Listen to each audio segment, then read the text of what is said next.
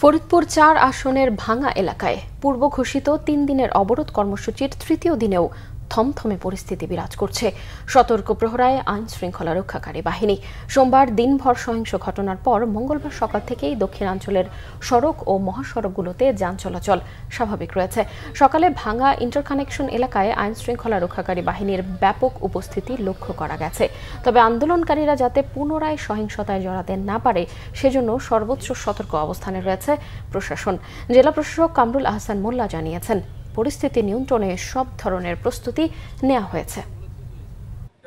আমরা নির্বাচন কমিশন সচিব স্যারের সাথে কথা বলেছি ব্যক্তিগতভাবে আমি, এবং পাশাপাশি মানুষের আবেগ অনুভূতি তুলে ধরে একটি রিপোর্ট পাঠিয়েছি।